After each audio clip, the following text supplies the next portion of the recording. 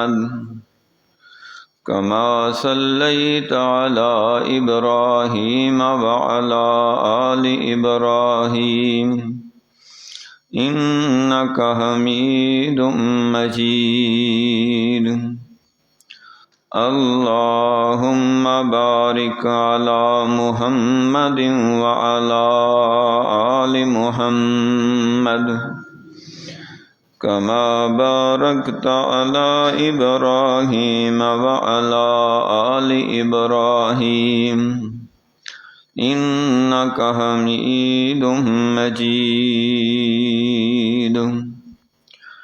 أرسله بالحق بشيرا ونذيرا بين يدي الساعة سبحانك لا علم لنا إلا ما علمتنا إنك أنت العليم الحكيم رب اشرح لي صدري ويسر لي أمري واحلل عقدة من لساني حسين أو أدنى فأوحى إلى عبده ما أوحى ما كذب الفؤاد ما رأى أفتمارونه على ما يرى ولقد رآه نزلة أخرى عند سدرة المنتهى عندها جنة المأوى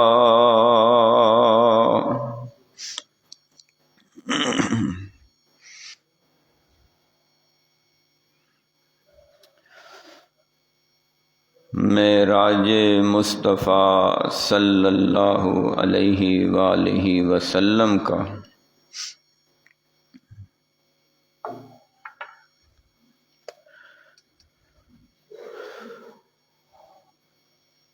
دوسرا حصہ، دوسرا سفر۔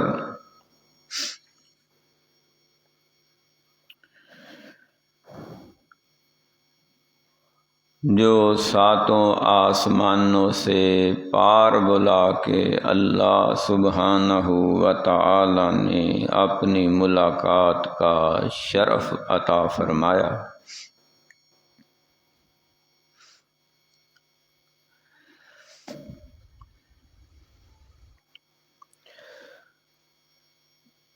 اس ملاقات میں اللہ تعالیٰ کی اور اللہ کے پیغمبر کی آپس میں کیا گفت و شنید ہوئی، کیا باتیں ہوئیں۔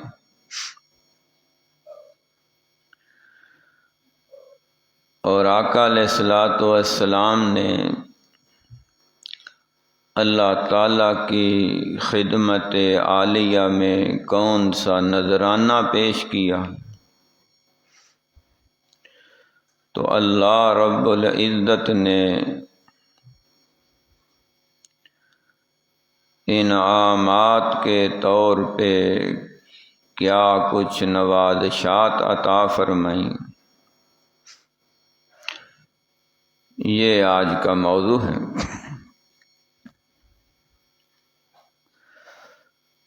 دو مقام پہ معراج کا ذکر ہے، ایک 15ویں پارے میں جسے اسراء بھی کہا جاتا ہے، اور دوسرا 27ویں پارے میں جسے معراج کہا جاتا ہے۔ دونوں مقامات پہ اللہ تعالیٰ نے یکساں ایک لفظ بولا ہے، سبحان الذی اسریٰ بعبدہ۔ اللہ تعالیٰ وہ ذات ہے جس نے اپنے عبد کو، اپنے بندے کو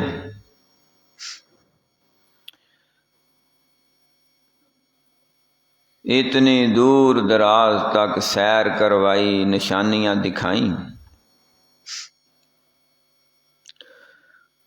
فَأَوْحَىٰ إِلَىٰ عَبْدِهِ مَا أَوْحَىٰ،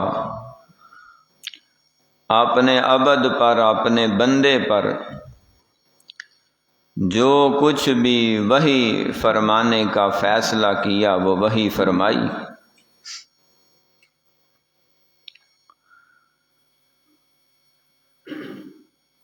معراج کے اعلیٰ مقام پر پہنچ کر بھی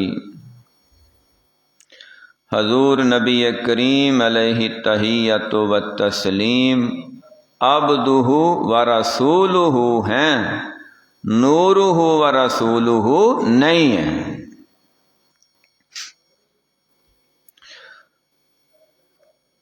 تو اس سفر معراج پہ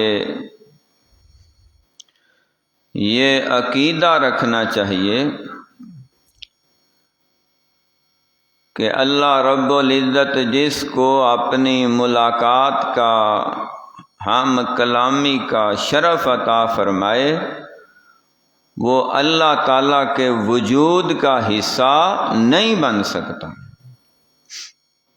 جیسے اللہ تعالیٰ فرشتوں سے کلام کرتے ہیں، فرشتوں کے سردار سید الملائکہ جبرائیل سے کلام کرتے ہیں، تو باوجود فرشتہ نورانی شکل میں ہونے کے وہ نور من نور اللہ نہیں ہے۔ اللہ تعالیٰ وحدہ لا شریک ہے اور فرشتے اللہ کی مخلوق ہیں۔ اسی طرح اللہ سبحانہ و تعالی نے حضرت آدم علیہ السلام سے کلام فرمایا، تو آدم علیہ السلام مٹی سے پیدا ہوئے، اور مٹی اللہ کی مخلوق ہے، اللہ کے وجود کا حصہ نہیں ہے۔ حضرت موسیٰ علیہ السلام کوہ طور پہ اللہ تعالیٰ سے ہم کلام ہوئے، تو موسیٰ علیہ السلام بھی اللہ کے عبد ہیں، اللہ کے پیغمبر ہیں، اللہ کے وجود کا نور کا حصہ نہیں ہیں۔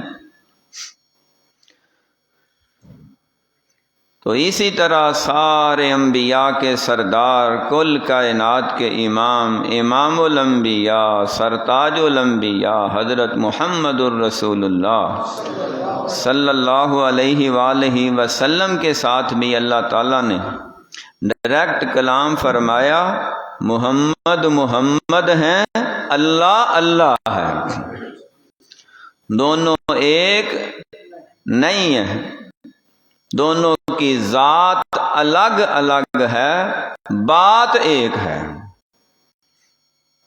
قانون ایک ہے، فرمان ایک ہے، اور وہ قانون اور فرمان بھی اللہ تعالیٰ کا ہے جو محمد صلی اللہ علیہ وسلم کے ذریعے مخلوق تک پہنچا دیا گیا۔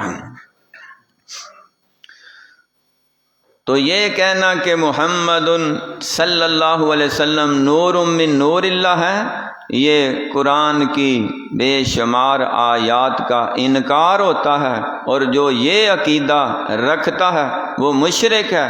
اس حالت میں اگر وہ مر گیا تو نجات نہیں ہو سکتی، بلکہ بعض دفعہ تو یہ ڈر لگتا ہے کہ یہ اس قدر خطرناک شرکیہ عقیدہ ہے کہ بعض شرکیہ عقائد سے بھی زیادہ خطرناک ہے۔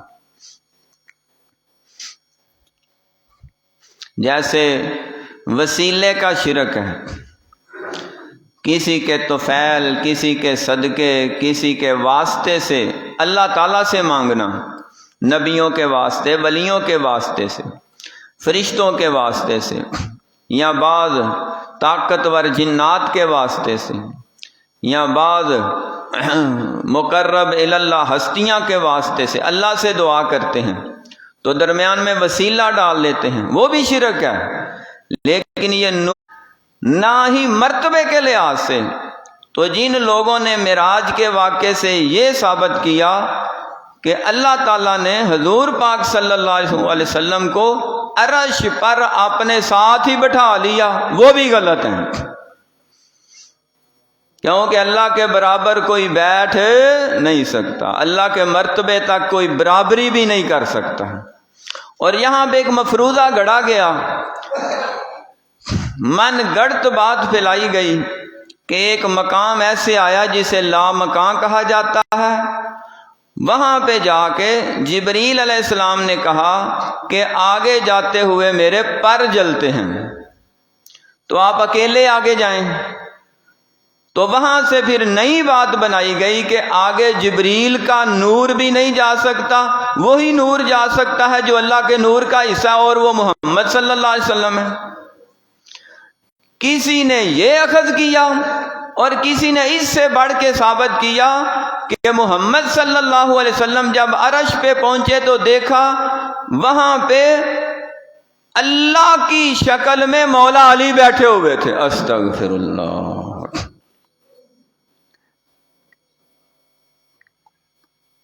کوئی اللہ تعالیٰ کا وجود حضور پر نور میں ثابت کرتا ہے، کوئی مولا علی میں ثابت کرتا ہے، کوئی غوث پاک میں ثابت، یہ تماشا بنایا ہوا۔ ما قدر اللہ حق کا قدر ہی، انہوں نے اللہ تعالیٰ کی قدر کو پہچانا ہی نہیں ہے۔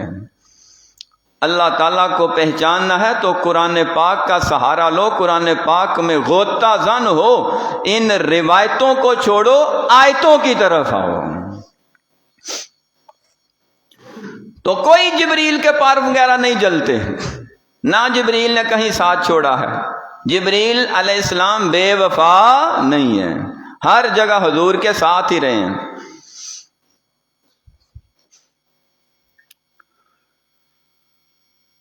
معراج کے موقع پہ ایک درخت آیا بیری کا، سدرۃ المنتہی، جس کا اس سورہ نجم میں ذکر ہے، عند سدرۃ المنتہی، انتہا درجے کی بیری کا درخت۔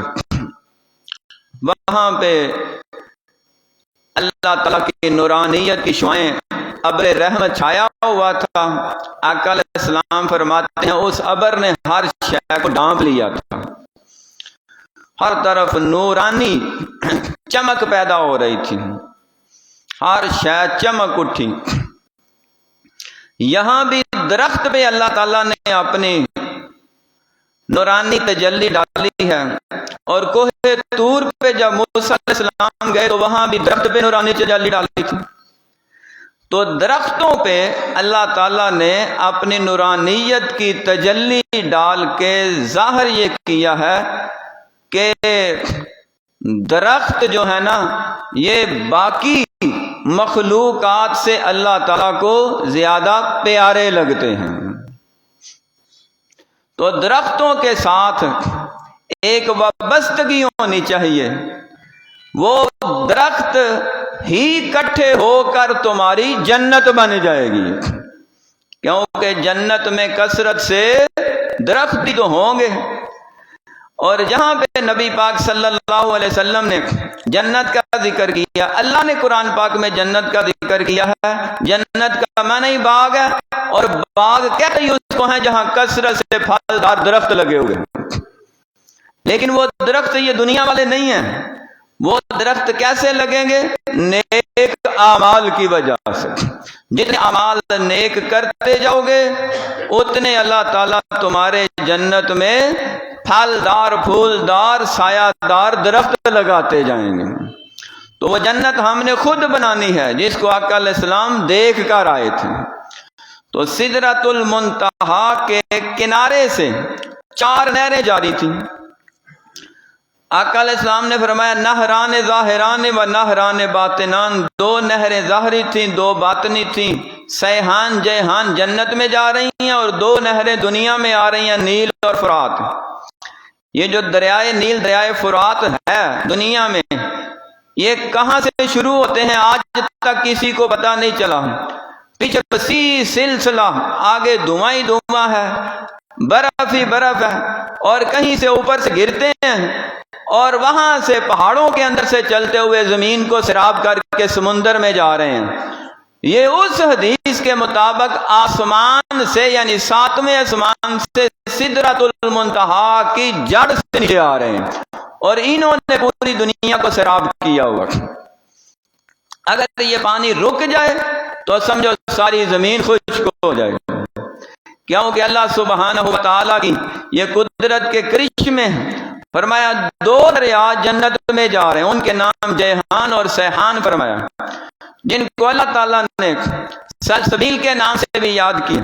اور وہ جنت کے جو دریا ہیں وہ ایسے ہیں کہ جن کا پانی نہ خراب ہوتا ہے، نہ پرانا ہوتا ہے، نہ بدبودار ہوتا ہے، نہ بد ذائقہ ہوتا ہے، نہ کڑوا ہوتا ہے، ہمیشہ تازہ بھی رہے گا، ذائقے دار بھی رہے گا، خوشبودار بھی رہے گا، پینے والے کو دل بہار کر دے گا.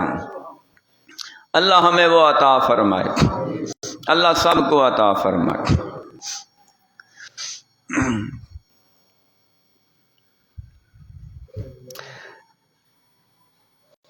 اللہ تعالیٰ کو دیکھا یا نہیں دیکھا، اس میں 2 موقف ہیں، صحابہ اکرام سے لے کے ائمہ اکرام تک اور آج تک یہ مختلفی مسئلہ ہے. بعض کے نزدیک حضور پاک صلی اللہ علیہ وسلم نے اللہ تعالیٰ کی زیارت کی اور بعض کے نزدیک اللہ کی زیارت نہیں کی. اس ڈیٹیل میں جانے سے بہت سارا ٹائم لگ جائے گا. نتیجہ خیز بات بتائی جاتی ہے کہ یہ چیز موضوع بحث نہیں کہ اللہ کی زیارت ہوئی یا نہیں ہوئی. اگر اللہ تعالیٰ کی زیارت ہو گئی ہے تو کوئی عجیب بات بھی نہیں ہے، ممکن ہے اللہ تعالیٰ نے اپنی زیارت عطا فرمائی ہو، اپنا کلام عطا فرمایا، کیونکہ جنت میں جا کے ہر جنتی کو اللہ تعالیٰ اپنی زیارت عطا فرمائیں گے. صحیح حدیث میں موجود ہے، فرمایا سترون ربکم کما ترون القمر لیلۃ البدر، تم اپنے رب کی زیارت اس طرح کرو گے جیسے تم 14ویں رات کے چاند کو دیکھتے ہو. تو ہر جنتی اللہ تعالیٰ کی زیارت کرے گا. اگر اللہ کی زیارت کرنے سے کوئی نور کا حصہ بن سکتا ہے تو پھر ہر جنتی نور من نور اللہ ہو سکتا ہے. یہاں سے یہ ثابت کیا جاتا ہے کہ محمد صلی اللہ علیہ وسلم اللہ کے نور کا حصہ ہے، وہ بھی غلط ہے. اصل موضوع بار بار کہہ رہا ہوں یہ ہے کہ محمد صلی اللہ علیہ وسلم اللہ کے نور کا حصہ ہیں یا نہیں. تو میں آپ سے پوچھتا ہوں، آپ نے یہ 10 منٹ ساری بات سنی ہے، آپ کس نتیجے پہ پہنچے ہو؟ کیا کوئی اللہ کے نور کا حصہ ہے؟ بھائی بتاؤ، اونچی ساری بولو. نہیں، یہ عقیدہ ہے، آپ کی گواہی لکھی جائے گی، فرشتے لکھ لیں گے، اسی پہ نجات ہے. اللہ کے نور کا کوئی حصہ نہیں ہے، نہ کوئی نبی، نہ کوئی ولی، نہ کوئی صحابی، نہ کوئی اہل بیت، نہ آل رسول، نہ پیغمبر کے ذات میں سے، ازواج میں سے، آل میں سے، رشتہ داروں میں سے، اصحاب میں سے، نہ فرشتوں میں سے، نہ جنات میں سے، نہ انسانوں میں سے، نہ کائنات کی کسی اور جاندار بے جان چیز میں سے. اللہ تعالی وحدہ لا شریک ہے، نہ اس سے کوئی نکلا ہے نہ وہ کسی سے نکلا.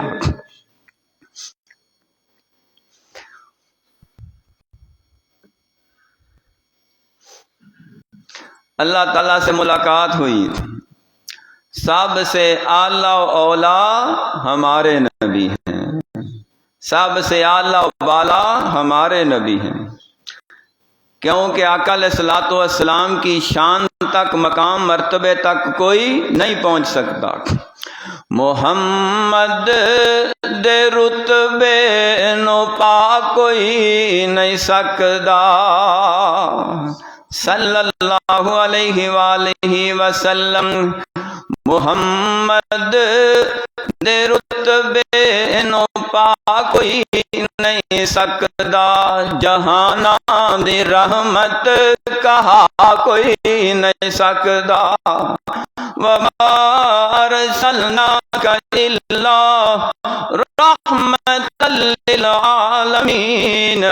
معراج دی رات جتھے سرکار پہنچے، معراج دی رات جتھے سرکار پہنچے، ستاں فلکاں تو جا کے پار پہنچے، 1.25 لاکھ نبیاں چوں اتھے جا کوئی نہیں سکدا، محمد دے رتبے نو پا کوئی نہیں سکدا، صلی اللہ علیہ وسلم۔ سب کہو صلی اللہ علیہ وسلم۔ اللہ تعالیٰ سے کلام ہوئی، اللہ سبحانہ و تعالیٰ نے آقا علیہ الصلوۃ والسلام سے فرمایا، محبوب ہمارے لیے کیا تحفہ لائے ہو؟ یہ ایک خطیبانہ رنگ میں خطباء بیان کرتے ہیں، جب دو محبوب اور پیارے ایک دوسرے سے محبت کرنے والے الیک سلیک کے بعد ملتے ہیں تو ایک دوسرے سے تحفے کے تبادلے ہوتے ہیں۔ تو ساری گفتگو کا خلاصہ یہ در منصور یہ فقہ کی سب سے بڑی کتاب ہے۔ جیسے ہمارے یہاں مشکاۃ شریف، ترمذی شریف سمجھی جاتی ہے، بخاری شریف، مسلم شریف سمجھی جاتی، اس در منصور میں تمام فقہائے احناف کے سارے فقیہیوں کا یہ متفقہ موقف لکھا ہے، اس میں عقیدہ بھی ہے اور اس میں مسئلہ بھی ہے، بات سمجھنے والی ہے۔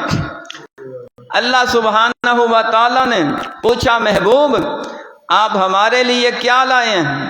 تو آقا علیہ الصلوۃ والسلام نے فرمایا، التحیات للہ والصلوات للہ والطیبات للہ والمبارکات للہ۔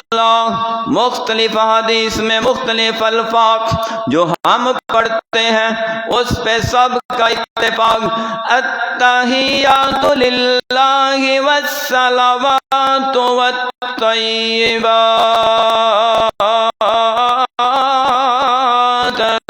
یا رب تعالیٰ میری زبانی عبادتیں بھی تیرے لیے، میری عملی بدنی عبادتیں بھی تیرے لیے، میری مالی عبادتیں بھی تیرے لیے، میری کل کائنات ان صلاتی و نسکی و محیای و مماتی للہ رب العالمین،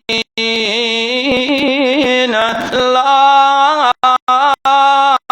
شریک لہ، لا شریک لہ، لا مثل لہ، لا مثیل لہ، لا ند لہ، لا ضد لہ، لا نظیر لہ، لا مثل لہ، لا شریک لہ، وبذالک امرت وانا اول المسلمین۔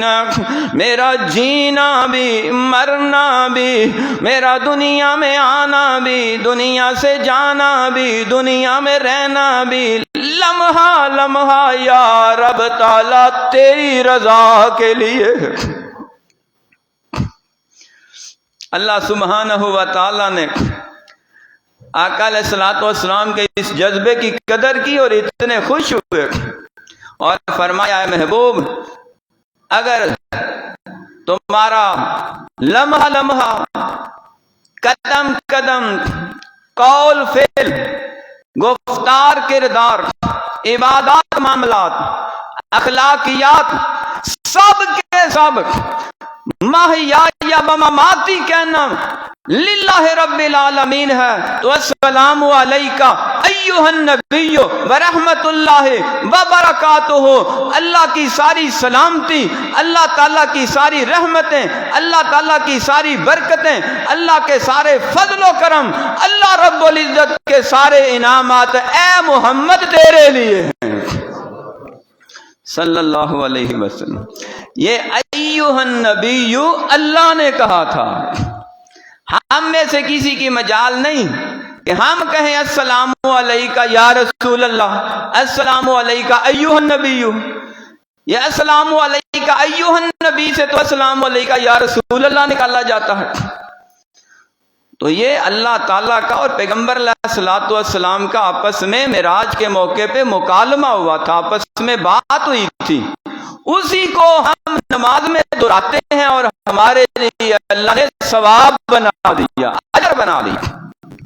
جیسے نماز میں ہم قرآن پاک کی بعض آیات تلاوت کرتے ہیں، بعض سورتیں تلاوت کرتے ہیں، ان میں لفظ کل آتا ہے، قل هو اللہ احد، قل اعوذ برب الفلق، قل اعوذ برب الناس۔ یہ کل کا لفظ جو آتا ہے، یہ ہم میں سے امتیوں میں سے کوئی کہہ سکتا ہے اے نبی کہہ دیں، اے نبی فرما دیں، اے نبی ارشاد کر دیں، اے نبی یہ کہیں؟ کسی امتی میں اتنی جرت ہے کہ نبی کو آرڈر کرے؟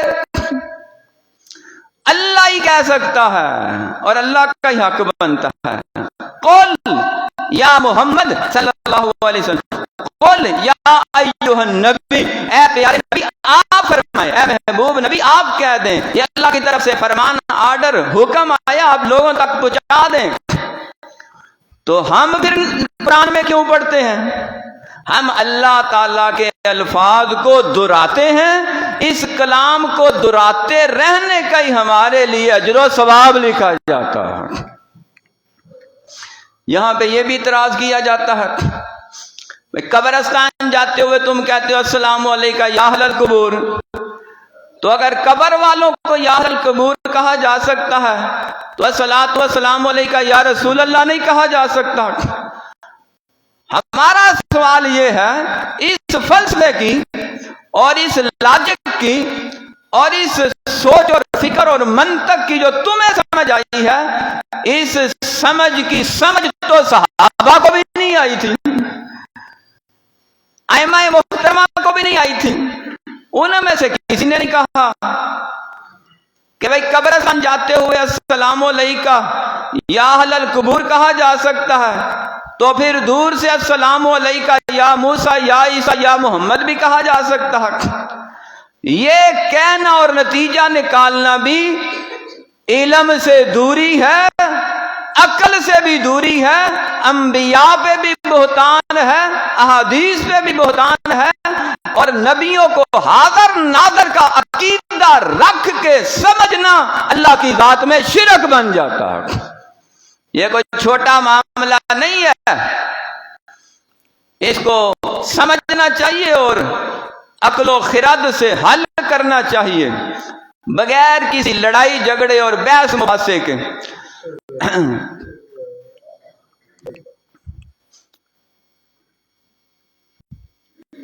اگر کسی نتیجے پر پہنچنے کے لیے علمی بحث کی جائے تو اس کی اجازت ہے، اور اگر کوئی بندہ آپ سے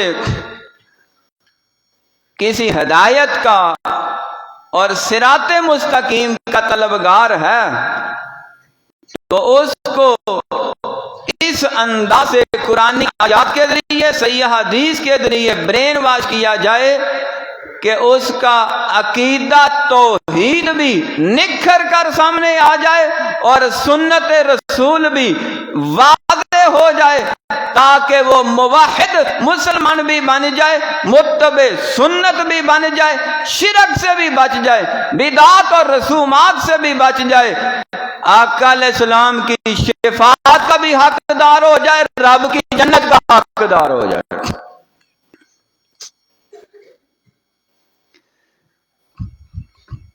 نبی پاک صلی اللہ علیہ وسلم اور اللہ تعالیٰ کے درمیان یہ بات ہوئی ہے جس کو ہم دہراتے ہیں، اور وہ ہمارا التحیات ہے، تشہد ہے۔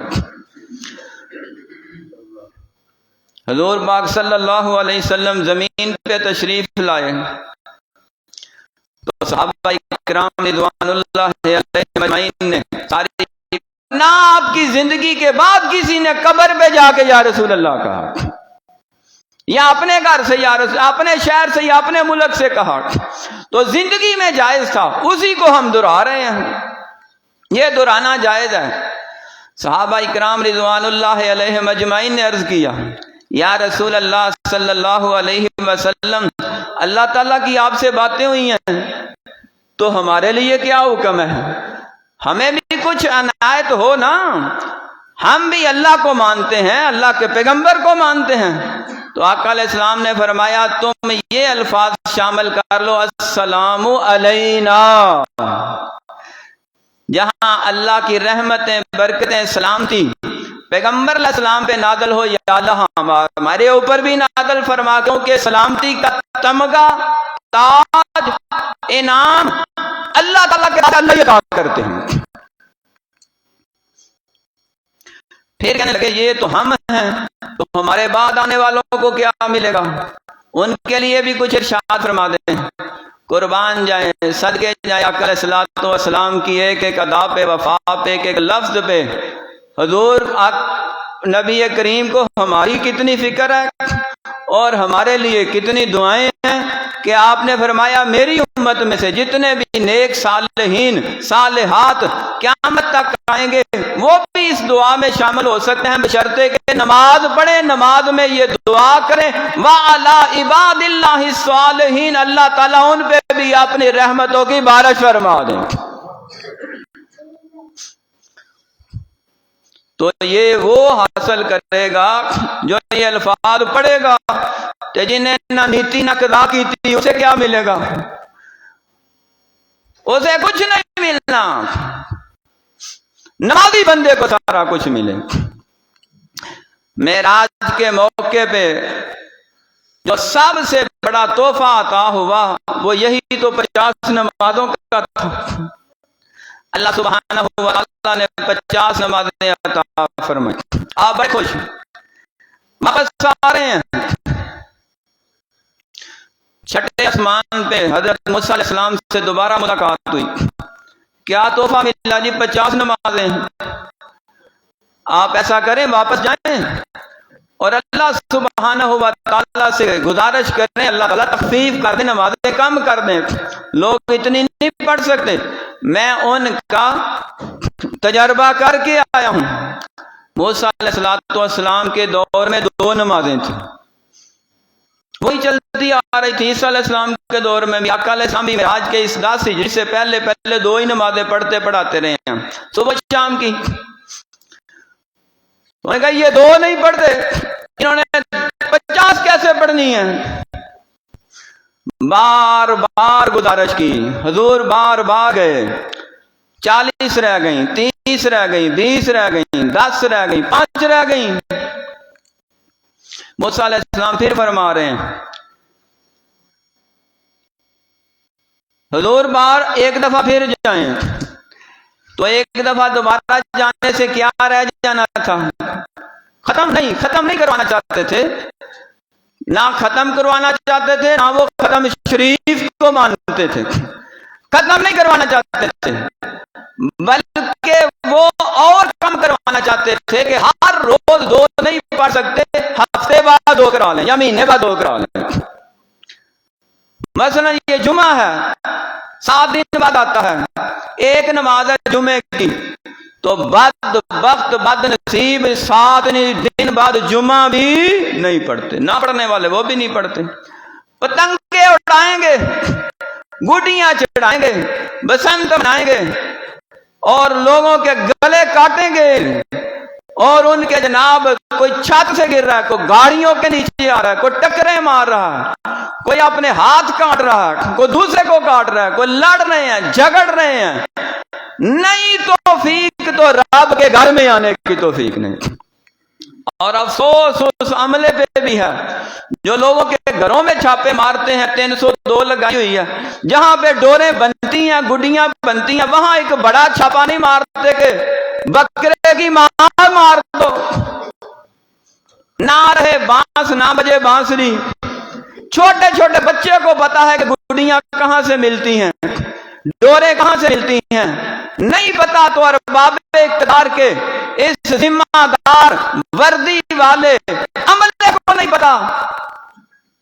اللہ تعالیٰ انہیں ہدایت عطا فرمائے۔ خوف خدا ہونا چاہیے، ہر بندے کی ذمہ داری ہے کہ وہ جس مقام پہ ہے، جس شعبے میں ہے، جس محکمے میں ہے، اللہ کا ڈر رکھ کے اپنی ڈیوٹی صحیح ایمانداری سے ادا کرے، اللہ اس کی ڈیوٹی اور ایمانداری کو بھی عبادت بنا دیں گے۔ اور اگر بددیانتی کی کسی بھی محکمے کا ہو، کسی بھی شعبے کا ہو، کسی بھی رینک کا ہو، مزدور ہو، معمار ہو، مالک ہو، لیبر ہو، اعلیٰ افسر ہو، چھوٹے رینک والے ہوں، بڑے سکیل والے ہوں، کسی بھی شعبے میں ہوں، محکمے اعلیٰ افسر ہوں، چھوٹے ہوں بڑے ہوں، اگر انہوں نے بددیانتی سے کام کیا نا تو رزق سارا حرام ہی ہو جائے گا۔ اپنے رزق کو حرام کر کے بچوں کو حرام نہ کھلاؤ، حلال کھلاؤ۔ واقعات سے، فضائل سے اور ان معراج کے انعامات سے صرف یہ نہیں ملتا کہ حضور پاک صلی اللہ علیہ وسلم کی شان سنو، مقام سنو، سبحان اللہ پڑھو، صلی اللہ پڑھو اور بخشے گا۔ عمل کرنا پڑے گا، عمل سے ہی نجات ہوگی، عمل سے زندگی بنتی ہے، جنت بھی جہنم بھی۔ اور اگر صرف ہم نے اللہ تعالیٰ کی تعریفیں کی، اللہ کے پیغمبر کی تعریفیں کی، صحابہ کی تعریفیں کی، اہل بیت کی تعریفیں کی، ولیوں کی تعریفیں کی، نیک لوگوں کی تعریفیں کی، قرآن پاک کی شان بیان کی، حدیث پاک کی شان بیان کی، یا بیان کر لی یا سن لی اور اتنے پہ نجات سمجھ لی، یہ ہماری خام خیالی ہے، یہ ہم نے اپنے دل کو جھوٹی تسلی دی ہوئی ہے۔ اتنا کرنے اور سننے سے، وعظ کرنے اور سننے سے نجات نہیں ہے، یہ عمل کے لیے تحریک ہے۔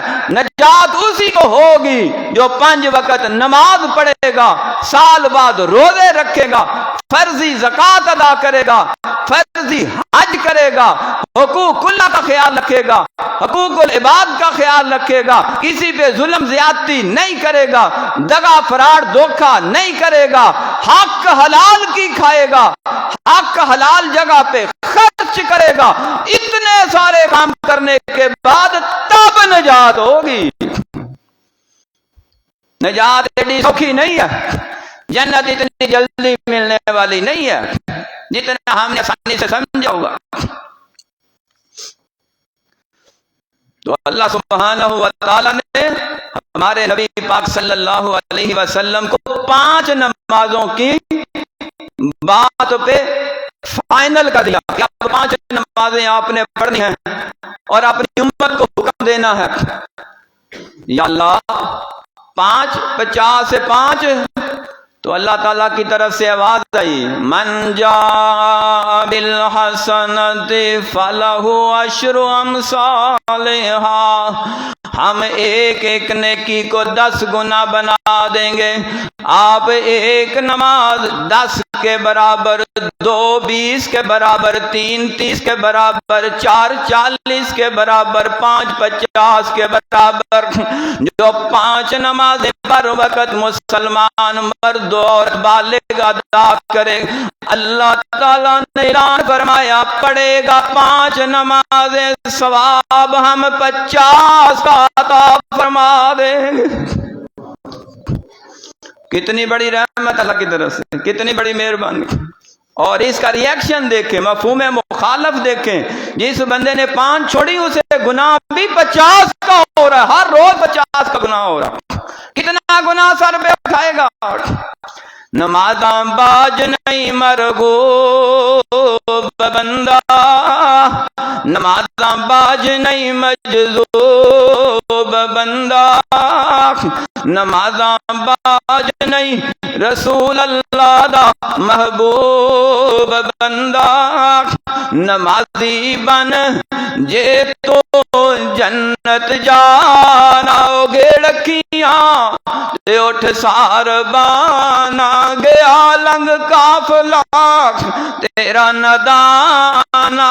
معراج کے موقع پہ نماز، سارے نبیوں کو امامت کرائی نماز، اللہ سے بات ہوئی تو نماز، واپس آئے تو نماز، جب جانے لگے تو جگہ جگہ نماز۔ آقا علیہ الصلوۃ والسلام 7 آسمانوں سے پار پہنچے تو نماز، ہر جگہ بات نماز کی، بات نماز کی۔ آقا کا حکم نماز کا، اللہ کا حکم نماز کا، سارے نبیوں کا حکم نماز کا، اور آپ نے فرمایا اے پیارے موسیٰ علیہ السلام اب دوبارہ جاتے ہوئے مجھے اللہ سے حیا آتی ہے، اللہ رب العزت کے سامنے کیا چہرہ لے کے جاؤں، یا اللہ 5 بھی معاف کر دے۔ موسیٰ علیہ السلام بار بار کہہ رہے ہیں، اللہ نے فیصلہ سنایا 5 50 کے برابر، محمد نے فیصلہ سنایا جو 5 بھی نہیں پڑے گا نہ میں اس کا نبی ہوں نہ وہ میرا امتی ہے۔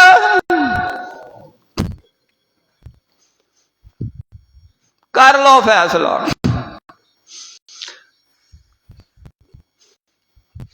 جو نمازوں میں سستی کرتے ہیں توبہ کریں، پوری نمازیں پڑھیں، اور جو بالکل نہیں پڑھتے ان کو تبلیغ کریں، جھنجھوڑ کے ہلا کے کہیں کہ تم اپنے شب و روز میں جہنم کی آگ خرید رہے ہو، ایک ایک نماز چھوڑنے کا گناہ 80 سال تک جہنم کے ابلتے لاوے میں غوطہ دیا جائے گا۔